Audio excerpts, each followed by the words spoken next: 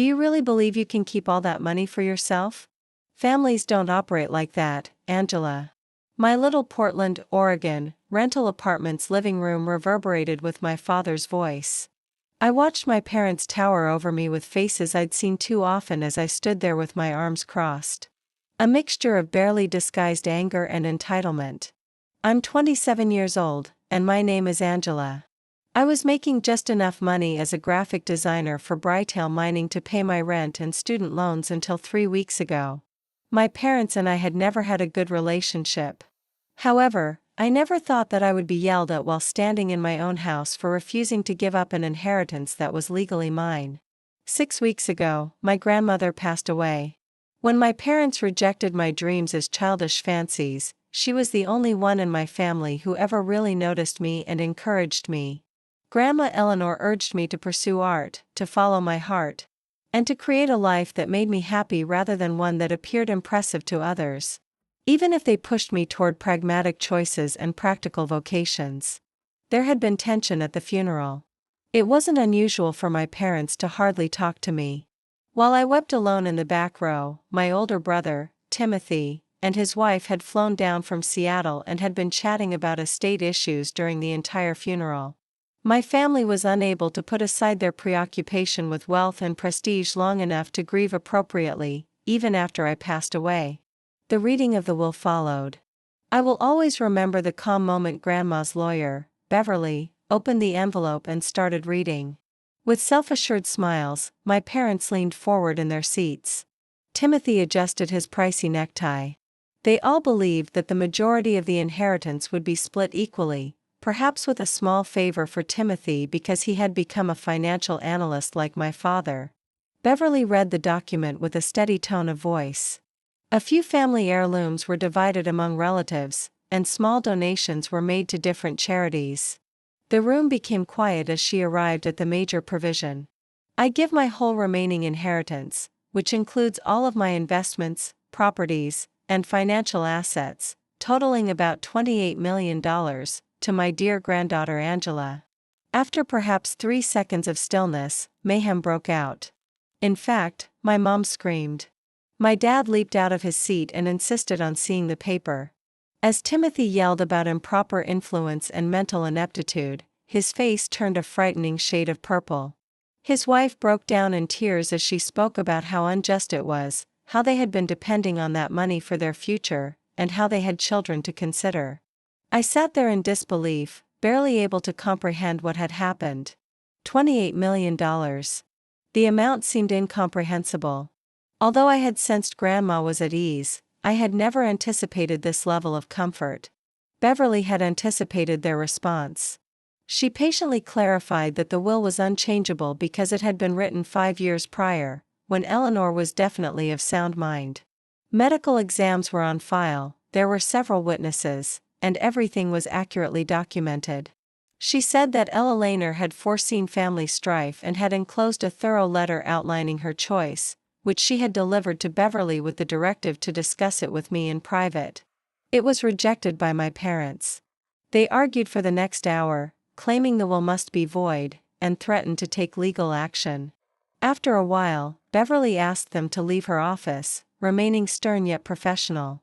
She gave me a sealed envelope before we left and instructed me to open it when I had some alone time. I read Grandma's letter in the silence of my apartment that evening.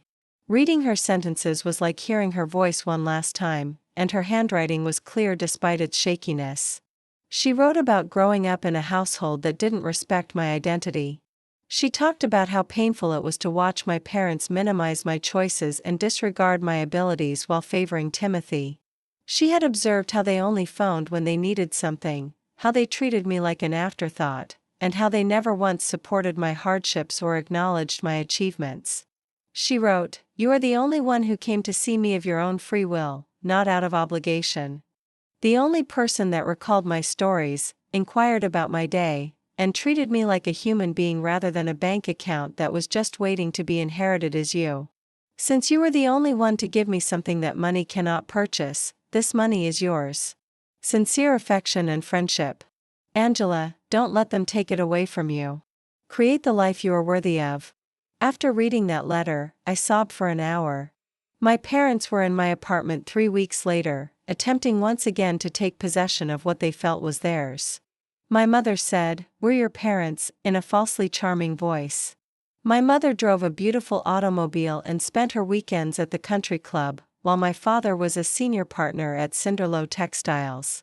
Surely Ella Lehner didn't intend for you to keep everything while your own family struggles. I nearly laughed. The threat began the following day when my father called at 7 a.m. with a cool, collected voice. Timothy earned 6 figures and owned a home in one of the most affluent areas of Seattle. Grandma's will was very clear, I said quietly. The money is mine. My father's face darkened. We'll see about that. My mother attempted a new tactic, but I hung up without answering. We've spoken with our lawyer. There are grounds to contest the will. Mental incompetence, undue influence, fraud. We'll look into every possibility.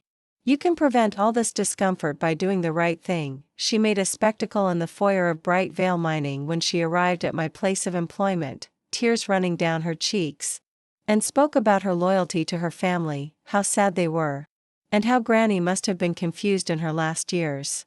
She grasped my hands, and my coworkers looked, pleading with me to change my mind and to recall all the sacrifices they had made to raise me.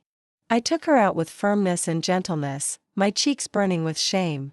In an elongated email, Timothy described how he and his wife had been relying heavily on inheritance funds to pay for their children's education, conveniently omitting to mention his summer home in the San Juan Islands or the recent trip to Europe. I wanted to think that it was more than just money, that there was a part of them that genuinely cared about relationships, family, and me. But no one ever asked how I was doing, if I was okay, or if I needed help while I was grieving for Grandma. In our private meeting following the will reading, Beverly had warned me that sudden wealth often brought out the worst in families, citing dozens of instances in which relatives who hardly spoke to one another suddenly claimed deep bonds and moral obligations the moment money entered the picture. It was all demands, threats, and manipulation.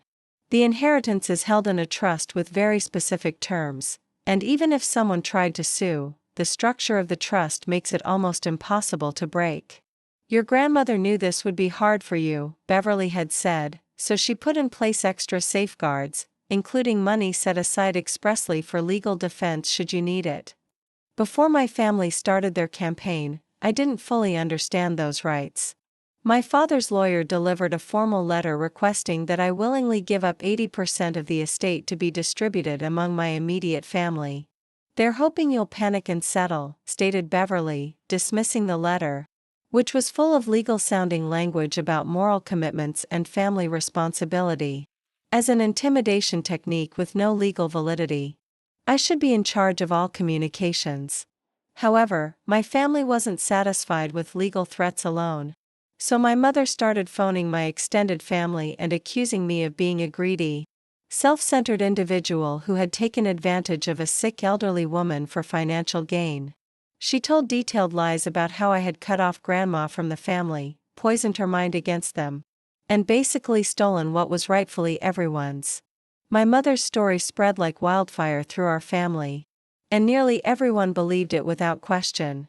Cousins I hadn't spoken to in years called to lecture me about family values, and aunts and uncles who had never taken an interest in my life suddenly had strong opinions about how I should handle my inheritance. I'm not buying what your mom is selling, my 32-year-old cousin Stephanie, who lived in Sacramento and had always been observant about family dynamics, said over the phone. I remember how they treated you growing up. I remember the way they talked about you when you weren't around. Almost everyone. Whatever Grandma Eleanor's decision, I'm sure she had good reason. That conversation meant more to me than she likely realized, and having one person believe in me felt like a lifeline in a sea of demands and accusations. Things got out of hand one evening when my father and Timothy unexpectedly showed up at my apartment. "We need to talk," my father shouted, shoving past me into my living room without an invitation.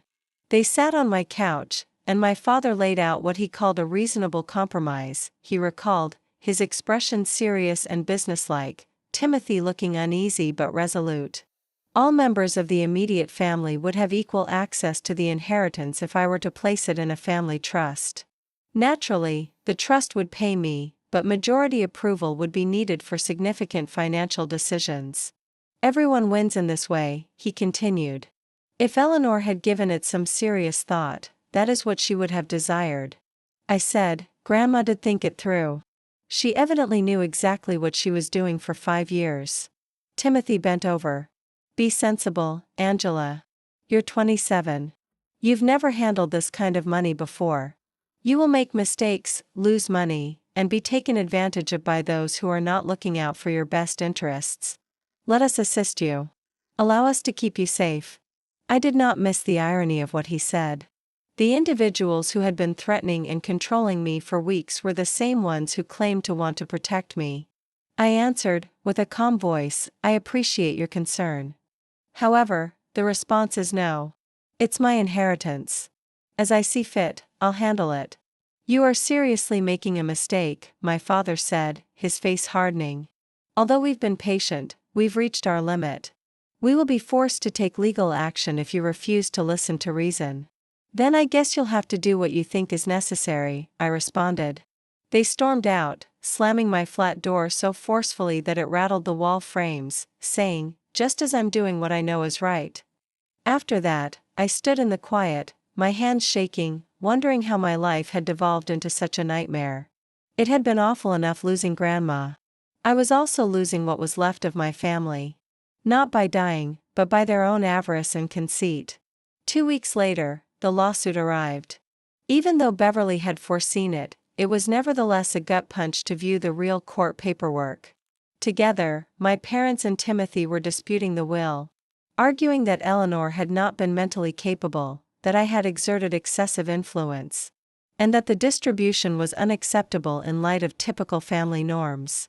In a stressed-out voice, I called Beverly right away. Can they win this, really? Very unlikely, she told me. Your grandma was meticulous. Her skill is demonstrated by our medical records. Her physicians, financial advisor, and friends have all testified. We know that she did not write her will in her last days but rather 5 years ago. Most significantly, we have her thorough justification, which shows that she thought well and logically. However, they will continue to drag this out, won't they? Most likely. They're probably expecting you'll grow weary of the battle and make a settlement offer, but these cases may drag on for months or even a year, Beverly acknowledged. I couldn't sleep that night because I kept thinking about Grandma's letter and how she had wanted me to create the life I deserved. But instead I was stuck in court cases with my own family. Unable to enjoy or even comprehend the gifts she had given me because I was so stressed and anxious. My boss had been understanding when I took a leave of absence from Brightville mining, but I could see the worry in her eyes. The stress was interfering with my relationships, work, and health. I had lost 8 pounds. I wasn't sleeping. My few close friends were worried about me. And worst of all, I felt alone. Even those who were unaware of the whole situation seemed to assume that if my own parents were suing me, there must be something wrong with me. My family had managed to turn most of our extended relatives against me. And people I had known my entire life now saw me as the antagonist in a story my mother had meticulously written. Stephanie's frequent checks helped. But she lived 5 hours away and had her own life to run. The day that changed everything occurred when I was meeting with Beverly in her office, reviewing documents for the lawsuit, when her assistant knocked frantically on the door. Beverly was professional and helpful, but in the end, she was my lawyer, not my friend. I had never felt so alone. I apologize for disturbing you, but 2 persons in the lobby are demanding to talk to Angela right now, claiming it has to do with Eleanor's estate. My stomach fell. Had my parents sent someone to harass me at my lawyer's office? Beverly scowled. Did they mention names? Gregory and Patricia, a man and woman, introduced themselves as agents of Thistleford Security. I looked at Beverly, who seemed equally perplexed. I have no idea what Thistleford Security is. Did your grandmother mention them? I responded, never. Well, we might as well see what this is about, Beverly concluded. Send them in, but stay nearby in case we need assistance. A moment later, Two individuals entered the office: Gregory, a tall, slim man with silver hair and keen eyes who was most likely in his mid-50s. "Miss Angela," Gregory said with a slight nod, "thank you for seeing us. We apologize for the unexpected visit, but given recent developments, we felt it necessary to make contact immediately." Patricia was younger, perhaps 40 years old, with an efficient air about her.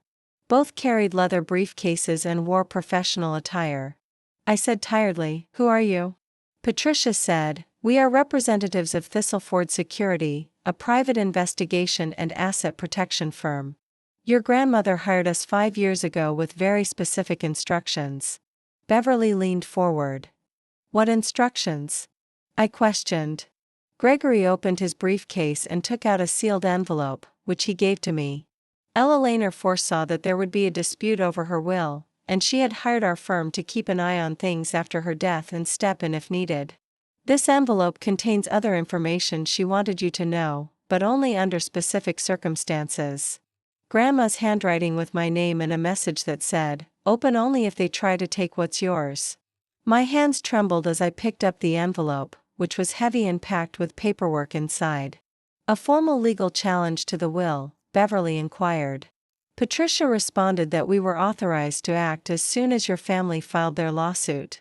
Ella Lehner was very clear about this because she didn't want Angela to be caught off guard. I broke the seal and took out the contents, which included a number of documents, but the first was another letter from Grandma. My eyes widened with every paragraph. "If you're reading this, Angela, it means your parents have come out for who they really are. I'm not shocked, but I hoped I could be mistaken about them. You should know that I've been recording their conduct for years. They have never understood that you earned this inheritance through love and genuine connection, so don't let them make you doubt your value or your right to it. I've kept records, I've hired investigators, and this packet contains everything you need to protect yourself and uncover their true motivations. With all my love, Grandma Ella Lehner." Beverly was reading over my shoulder. "What else is in there?"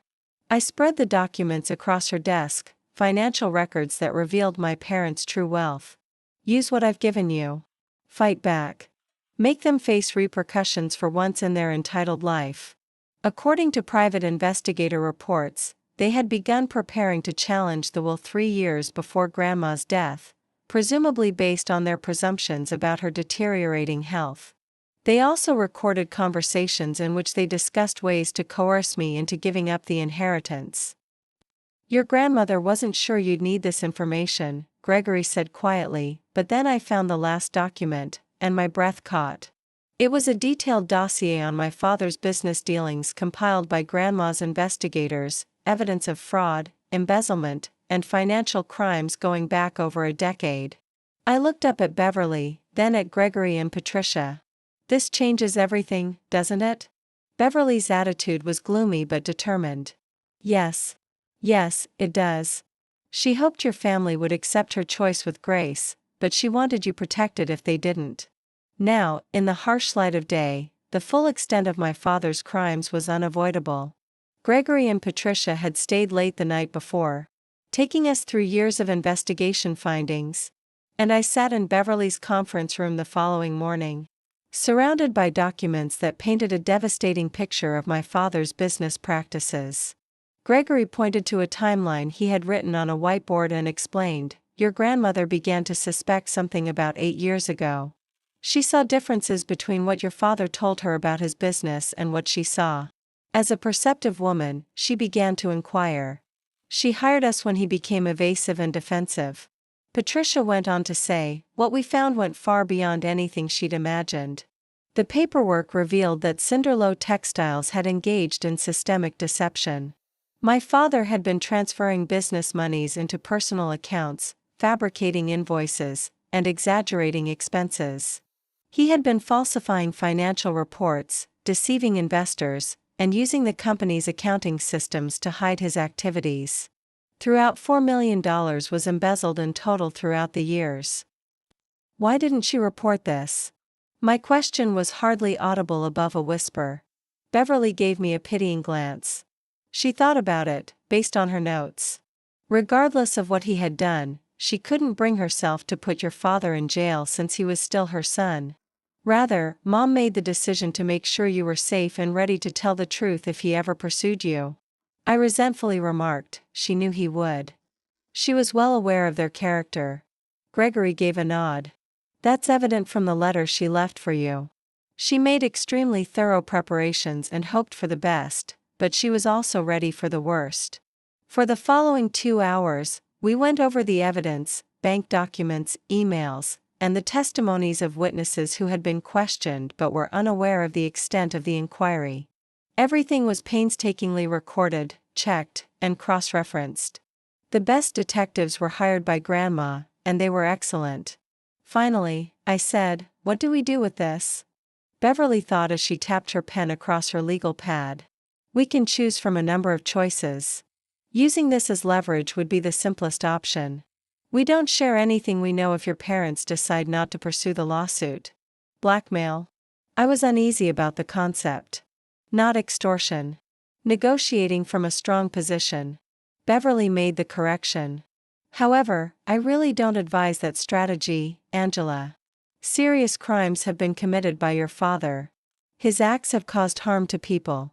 Justice is due to the employees whose pension funds he endangered and the investors he deceived." Patricia bent over. "Additionally, there is the issue of your brother and mother. Our analysis reveals that they have profited greatly from the deception, even if they may not have been aware of it at first. Their lifestyle, vehicles, and home are all financed by stolen funds." "As well as Timothy?" I inquired. At best, willfully uninformed. I got up and walked to the window. Looking out at the skyline of Portland, as Gregory stated, "Our investigators found emails where your father discussed certain financial matters in vague terms. And Timothy's responses suggest he knew something wasn't right but chose not to look too closely." The city appeared to be calm and normal, with people going about their daily lives without realizing how chaotic mine was. I considered how brave Grandma must have been to record all of this, given that she was exposing her own son. But Mom had done it to keep me safe and to provide me with the resources I would require. Finally, I said, "I want to think about this. I need time to take it all in before we decide anything." Beverly gave a nod. "Naturally. But you should be aware of something else, Angela. The lawsuit filed by your parents is not only wrong. Our findings suggest that it might be false. Their argument includes a claim of financial hardship. They do, however, have significant hidden assets, as these records demonstrate. The court is being misled by them." That information was a shock to my system. They weren't merely entitled or avaricious. They were attempting to steal my fortune by intentionally engaging in deception. Feeling overpowered, I left Beverly's office and went back to my flat. I felt something other than fear and worry for the first time in weeks. The individuals who had made me feel inferior throughout my life and were now attempting to take away the one gift from the one person who genuinely loved me made me feel angry, clean, justified fury. My phone rang. Stephanie was the one. "Hey," she said. "The litigation is proceeding, according to the family rumor I heard. How are you doing?" It nearly made me giggle. "It's not easy. May I ask you a question? Did you ever notice anything strange about my dad's business as a child?" A long pause ensued. "It's a haphazard question." "Why?" "It's just something I'm investigating." One more pause. This time, it's lengthier. "This may seem insignificant, but I recall your Uncle Keith, my father, turning down an investment in one of your father's businesses years ago. At Thanksgiving, they got into a heated argument over it. My dad mentioned that the business strategy didn't make sense and that the statistics didn't stack up. Your father became quite defensive and irate." "What time was this?" 10 years ago, perhaps. I was a college student. After that altercation, they didn't talk for around 2 years. I sat there thinking Uncle Keith had noticed something strange after we hung up. Even though he was unable to provide evidence, he had felt the fraud, and my father had interrupted him rather than have him respond to awkward questions. Over the years, how many others have observed something strange? How many had been pushed away or silenced? My mom contacted me that night. I nearly didn't respond, but my curiosity got the better of me. She remarked, "Angela, we need to talk." She spoke in a strained tone. "Your father's attorney says you're not cooperating with discovery. You need to turn over your financial records." "Beverly is handling all legal communications," I said with coolness. "This is absurd. We're related." "This isn't how we should be fighting," she said with a big sigh. "Your dad is really stressed out. His health is being impacted by the circumstance. Do you want it that way?" The manipulation was almost offensive since it was so obvious. "All I want is for you to stop suing me and go away." "We can't do that, you know. Angela, it's not about the money. It's about morality and principle. Then we reach a consensus." "This is about what's right," I said. "And honoring Grandma's wishes is the correct thing to do. Your grandma was duped. Give up." I was surprised at how piercing my voice sounded. "Don't say that about Grandma. She was the most intelligent and competent individual I've ever met. She was fully aware of her actions." My mother's voice changed, hardening. "Angela, you've changed. You've changed because of this money. You were such a sweet girl once." "No, Mother. In the past, I was a timid girl who allowed you to walk all over me. That's the main reason you're upset. That this time, I won't roll over." Before she could answer, I hung up. I had another meeting with Beverly the next day. I had already decided. I'd like to fight. Not merely to protect myself, I informed her. I'd like to take offense. I wish to reveal my father's actions. And I want to ensure that Timothy and my parents are held accountable for this case. Beverly grinned glumly. "I hoped you would say that. Let me demonstrate our capabilities." The counterattack started right away. With proof of their false claims of financial hardship attached, Beverly filed a motion to dismiss my family's lawsuit. Gregory and Patricia's records revealed significant concealed riches. Investments registered under fictitious identities, offshore accounts, and shell corporations. We had evidence that my parents had been lying to the court. An urgent hearing was set by the judge. 3 days later, I watched in the courtroom as my father's lawyer frantically tried to clarify the differences. My parents appeared bewildered and enraged. They had anticipated that this would be a simple process that would compel me to divide the inheritance. Rather, they were being asked about their own financial situation. "Your Honor," the lawyer for my father stumbled. "There might have been some misunderstanding regarding what needed to be disclosed because my clients were not aware of these specific assets." Perplexity? The judge's voice was sharp. She was in her 60s with steel gray hair and an expression that suggested she'd seen every trick in the book. "Mr. Edward, your client claimed to be in near destitution in sworn statements. These records reveal hidden assets worth millions of dollars. Confusion is not what that is. Perjury is what that is." In a desperate whisper, my mother seized my father's arm. With a pallid face, Timothy sat behind them. Beverly got up. "We think this bogus filing is only the beginning, Your Honor. We have proof that the plaintiffs committed long-term financial crimes, and if the court requests it, we are ready to provide it." The judge gave my father a look. "Have you got anything to say, Mr. Edward?" My dad got up slowly. I saw real dread in his eyes for the first time in my life. "There has been a miscommunication, Your Honor. We are unable to explain." "You certainly can." The judge cut in. "However, investigators, not me, will give you that chance. With prejudice, this case is dismissed.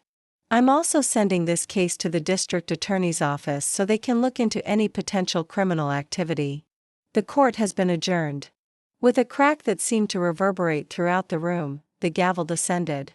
My father's lawyer asked for a private meeting right away. We all filed into the judge's chambers when she gave her approval. When the door closed, the judge continued, "Let me be very clear.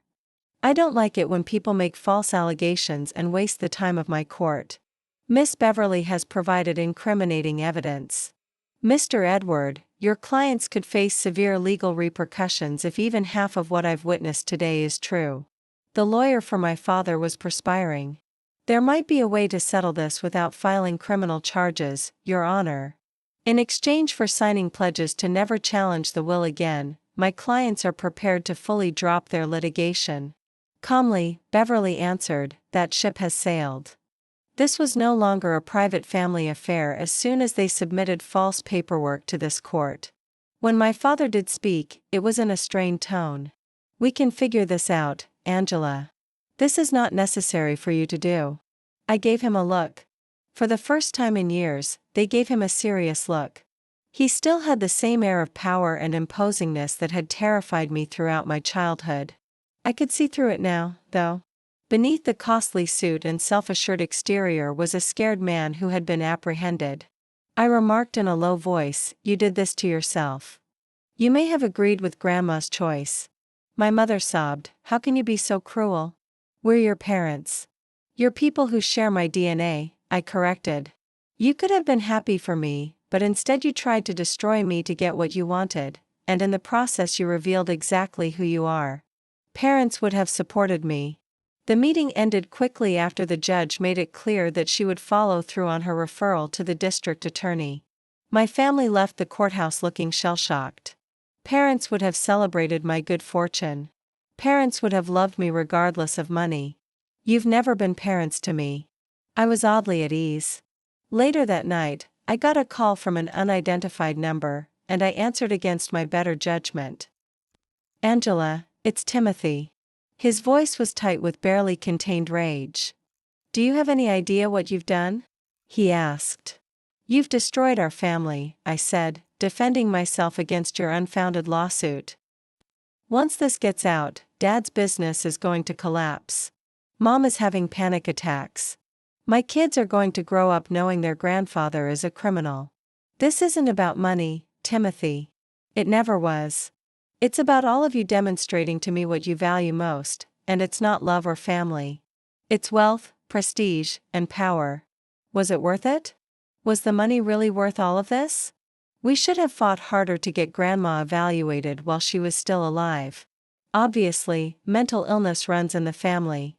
You're crazy," he hissed. "You've always been unstable. Always dramatic." I nearly laughed.